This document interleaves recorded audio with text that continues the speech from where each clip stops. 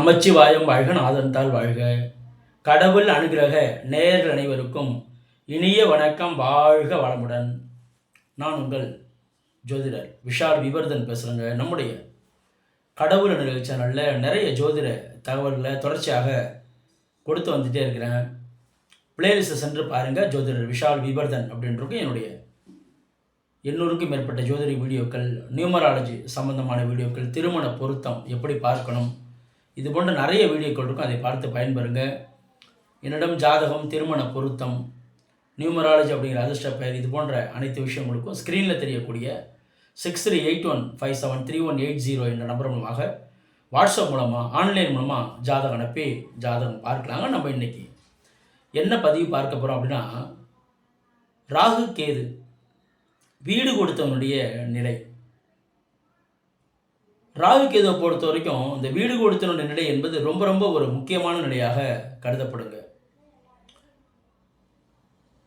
அதாவது பெரும்பாலும் நம்ம பார்க்குறது என்பது ராகு கேதுவை பொறுத்த வரைக்கும் மேஷம், ரிஷபம், கடகம், கன்னி, மகரம் இது போன்ற இடங்களில் ராகு அமரலாம். கன்னி, விருச்சகம், கும்பம் இது போன்ற இடங்களில் கேது அமரலாம். இது போன்ற இடங்களில் ராகு கேதுக்கள் அமரும்போது நிச்சயமாக அந்த தசாகாலங்களில் நல்ல பலனை தராங்க அப்படிங்கிறது உண்மைதான். அதே நேரத்தில் இந்த வீடு கொடுத்தவனுடைய நிலையை நம்ம ரொம்ப ரொம்ப சீர்தூக்கி பார்க்கணும். இப்போ கூட சமீபத்தில் கூட என்னுடைய ஒரு 2 நாட்கள் முன்னாடி கூட என்னுடைய குருநாதர் திரு ஆதித்ய குருஜி ஐயா அவர்கள் ஒரு வீடியோ வெளியிட்டாங்க. அதாவது இந்த ராகு என்னென்னலாம் செய்கிறாரு, அந்த அந்த பர்சனல் ஜாதகத்தில் சந்திரனுடைய நிலையை வைத்து ராகு திசையை கணிக்கிறாங்க. இது போன்ற ஜாதகங்களை நான் நிறைய உதாரண ஜாதகங்கள் நானும் பார்த்துருக்குறேன். அதாவது சந்திரனுடைய நிலை சரியில்லை, அதனால் ராகு தசை சிறப்பில்லை. ஏன்னா எண்ணம் அங்கே கெட்டு போகுது, எண்ணம் அங்கே பாதிக்கப்படுது, சந்திரனுடைய மனம் அங்கே பாதிக்கப்படுகின்றது அப்படி சொல்லி கூட ஒரு 2 நாளைக்கு முன்னாடி கூட திரு ஆதித்ய குருஜி ஐயா அவர்களோட ஒரு வீடியோ வெளியிட்டாங்க. அதை பார்த்தீங்கன்னா இன்னும் உங்களுக்கு தெளிவான விளக்கம் தெரியும். அப்போ எதனால் இந்த அமைப்பு வருது, ராகு கேதுக்களுக்கு பொறுத்த வரைக்கும் வீடு கொடுத்தன நிலை ரொம்ப முக்கியம். ஒரு ஜாதகத்தில் மகர லக்னம் 8ஆம் இடத்துல கேது, வீடு கொடுத்த சூரியன் பாவத்துவமாக இருந்தால் என்ன நிலை சார், சுபத்துவமாக இருந்தால் என்ன நிலை சார்னு ஜாதகம் பார்க்கும்போது கேட்குறாங்க. அதாவது கேதுவுக்கு வீடு கொடுத்த சூரியன் சுபத்துவமாக இருக்கும்போது அந்த கேது திசை என்பது நன்றாகத்தான் இருக்கும். கேது திசை கெடுக்காது. 8ஆம் இடத்துல இருந்தாலும் அட்டமாதிபதியாக இருந்தாலும் என்ன செய்வார் அப்படின்னா, சுபத்துவமான நிலை இருக்கும்போது அந்த கேது சூரியனை போலவே செயல்பட்டு அட்டமாதிபதியாக செயல்பட்டு அவர் சுபத்துவமாக இருப்பதால் வெளியிட நகர்த்தி நல்லது செய்வார். வெளியிடம் அப்படின்னா தூரதேச இடம், வெளியிடம், வெளிநாடு இது போன்ற இடங்களில் நகர்த்தி நல்லது செய்வார். ஆனால் ராகு சிம்மத்தில் அமர்ந்த ராகு வீடு கொடுத்த சூரியன் சனியோட இணைவில் இந்த இடத்துல என்ன ஆகும், ராகுவோட புத்தி நடைமுறையில் வருது. அப்படின்னா என்ன அமைப்பு, அந்த ராகு புத்தி சிறப்பில்லாத புத்தி. ஏன்னா ராகுக்கு வீடு கொடுத்த சூரியன் உச்சம் பெற்றிருந்தாலும் சனியினுடைய இணைவில் பாவத்துவம். அப்போ வீடு கொடுத்தவன் பாவத்துவம் அடையும் போது வீடு கொடுத்தவன் சுபத்துவம் அடைதல், வீடு கொடுத்தவன் உச்சம் அடைதல் இது போன்ற அமைப்பில் இருக்கும்போது நிச்சயமாக அந்த ராகு அதற்குண்டான பலனை செய்வார். சுபத்துவமாக இருக்கும்போது அந்த சுபத்துவத்தின் வழியான வெளியிடத்தின் வழியான எந்த பாவகமோ அந்த பாவகத்தின் வழியான நன்மைகளை செய்வார் சுபத்துவமான நிலையில். ஆனால் பாவத்துவமான இருக்கும்போது அந்த பாவகத்தின் வழியான கெடுபலனை செய்வார். அதே போல இந்த ராகுக்கு வீடு கொடுத்தவன் அவன் இந்த இப்போ 2 நாளைக்கு முன்னாடி உதாரண ஜாதகத்தோட ராகுக்கு வீடு கொடுத்த சுக்கிரன் அமாவாசை சந்திரனுடைய இணைவில். அப்படின்னா அந்த சுக்கிரன் அங்கே பாதிக்கப்படுறாரு. சுக்கிரன் அங்கே 8ஆம் இடத்துல மறைந்து, 8ஆம் இடம் கடுமையான மறைவு சுக்கிரனுக்கு. சரி மறைகிறாரு, ஆனால் சுபத்துவமாக தான் இருக்காரா, இல்லை பாவத்துவமாக இருக்காரு. அப்படின்னா ராகு சுக்கிரனுடைய வீட்டில் இருந்தாலும் வீடு கொடுத்த சுக்கிரன் பாவத்துவம் அடையும் போது சுக்கிரனுடைய வீட்டில் இருக்கக்கூடிய ராகு என்ன செய்வார், பணங்காசு, பொருளாதாரம், வேலையை கொடுக்கக்கூடிய அதே வேலையில் தவறான வழிகளையும் வழி நடத்த பார்ப்பார். வீடு கொடுத்தவன் பாவத்துவம் அடைந்ததால் ராகுக்கு வீடு கொடுத்தவன் அந்த சுக்கிரன் பாவத்துவம் அடைந்ததால். அதே போல அந்த ராகு தசை நடத்தக்கூடிய இதே சுக்கிரனுடைய வீட்டில் நின்று ராகு தசை நடத்தக்கூடிய காலங்களில் அந்த ஜாதகத்தில் சந்திரனுடைய நிலை, சந்திரன்னா யாருங்க? மனோகாரகன், எண்ணம். அப்ப அந்த சந்திரனுடைய நிலை பாதிக்கப்படும் போது சரியில்லாத நிலைப்பாட்டை நோக்கி அந்த ராகுதசை பயணிக்க வைக்கும், சரியான நிலைப்பாட்டை நோக்கி பயணிக்க வைக்காது. ஏன்னா சந்திரன் எங்கே கெட்டு போகின்றார், மனோகாரகன் எங்கே பாதிக்கப்படுகின்றார், எண்ணங்களுடைய நிலை எங்கே சரியில்லாமல் இருக்கு. இது போன்ற விஷயம் நம்ம பார்க்கணும். அப்ப நம்ம ராகுதசை வந்துட்டாலே சிறப்பில்லை, சுக்கிரனுடைய வீட்டில் இருந்துட்டாலே சிறப்பில்லை என்று எடுக்க முடியுமா? அப்படி எடுக்க முடியாது. ராகு சுக்கிரனுடைய வீட்டில் இருக்கும்போது சுக்கிரனை போல தான் ராகு செயல்படுவார். ஆனால் அந்த ராகுவிற்கு வீடு கொடுத்தவன் சுபத்துவமான நிலையில் இருக்கும்போது அந்த ராகு தசை அற்புதமான தசையாக இருக்கும். லக்னாதிபதியுடைய நிலையும் சந்திரனுடைய நிலையும் அந்த இடத்துல நம்ம சீர்திக்கு பார்க்கணும். ராகுக்கு குரு சுக்கிரன் தொடர்பு எப்பெல்லாம் கிடைக்குதோ அப்போ அந்த ராகு தசை அபாரமான தசையாக இருக்கும். ஒரு தனுசு லக்னம், லக்னத்திற்கு 5ஆம் இடத்துல கேது, குரு சுக்கிரனுடைய பார்வையை வாங்குறாரு. அதாவது 11ஆம் இடத்துல குரு சுக்கிரன் ராகு, 5ல் கேது. கேது தசை வந்ததுலேருந்து பொருளாதார வளர்ச்சி சிறப்பாக இருக்குது சார் அப்படிங்கிறாங்க. இத்தனைக்கும் கேது எங்கே இருக்கலாம்னு சொல்கிறோம் நம்ம? கன்னி கேது, விருச்சிக கேது, கும்ப கேதுன்னு இருக்கலாம். ஆனால் இந்த இடத்துல கேது எங்கே இருக்காரு அப்படின்னா மேஷத்தில் தான் இருக்காரு. ஆனால் என்ன பாயிண்ட் அப்படின்னா குரு சுக்கிரனுடைய தொடர்பு அவர் பெறதுனால கேது தசைங்கிறது ஒரு யோக தசையாகவே இருக்குது. கேது தசை பிறந்ததுலேருந்து பொருளாதாரத்தில் எந்த இதுவும் இல்லை, ஆனால் உடல் ரீதியான விஷயங்களில் சின்ன சின்ன ப்ராப்ளம் இருக்குது. ஏன்னா லக்னாதிபதி யார்? அந்த தனுசு லக்னத்துக்கு அதிபதி குரு ராகுவோட இணைஞ்சிருக்காருல்ல. குரு ராகுவோட அப்போ நோய் தொந்தரவு அவர் கொடுக்குறாரு.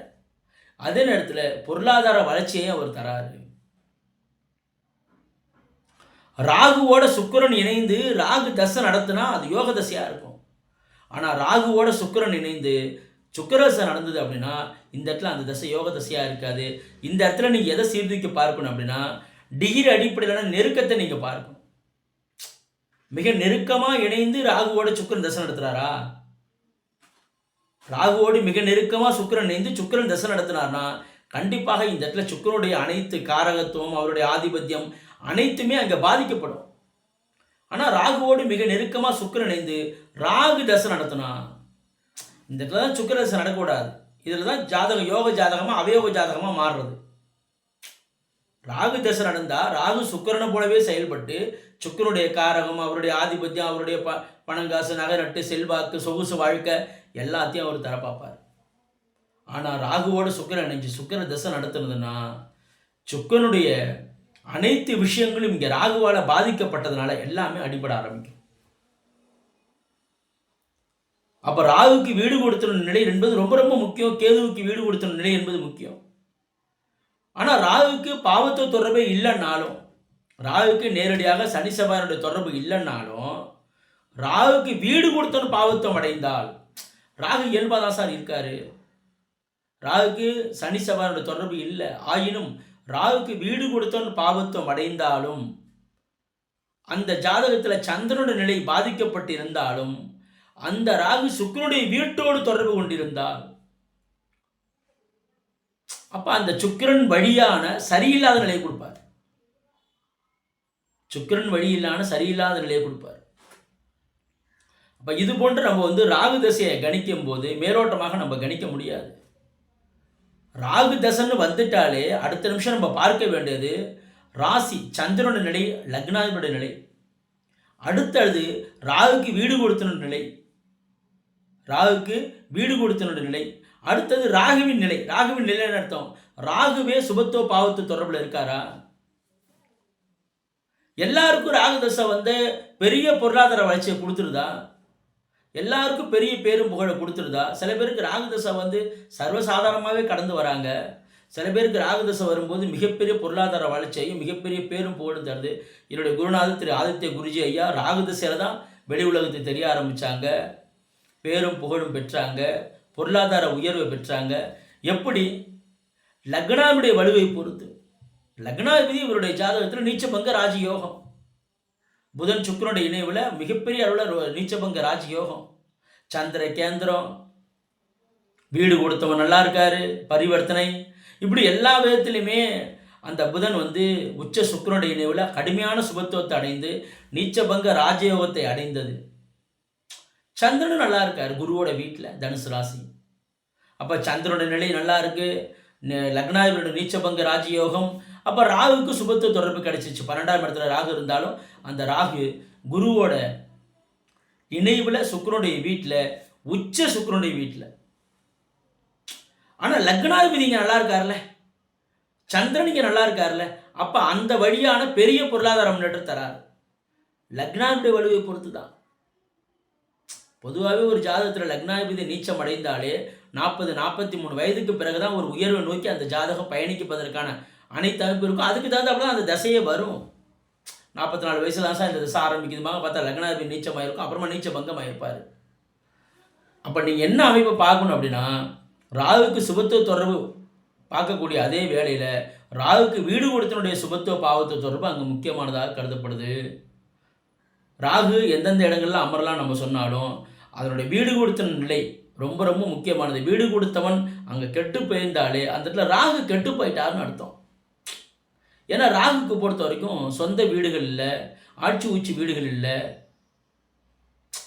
எந்த வீட்டில் இருக்காரோ அந்த வீட்டின் அதிபதி பேர் தான் செய்யப்படுவார். தான் எந்த கிரகத்தை தன்னை பார்த்த கிரகத்தினுடைய தன்மையை வெளிப்படுத்துவார், தன்னோடு சேர்ந்த கிரகத்தினுடைய தன்மையை வெளிப்படுத்துவார். எந்த வீட்டில் இருந்தாலும் அந்த வீட்டை தன்னுடைய வீட்டாக ஆக்கிரமிக்கக்கூடிய கிரகங்கள் தான் ராகு கேதுக்கள். அப்போ அதனுடைய பாவத்துவ சுபத்துவ தொடர்பை நம்ம முழுமையாக சீர்தூக்கி பார்க்கும்போது ராகு தசை ராகு புத்தி, கேது தசை கேது புத்தியினுடைய தன்மையை நம்ம முழுமையாக அறியலாம் என்று சொல்லலாங்க. இது போன்ற இன்னும் நிறைய ஜோதிட தகவல்களை தொடர்ச்சியாக நம்முடைய கடவுள் நிச்சலில் பதிவு செய்வோம். நன்றி, வணக்கம். வாழ்க வளமுடன், வாழ்க வையகம், வாழ்க பிரபஞ்சம்.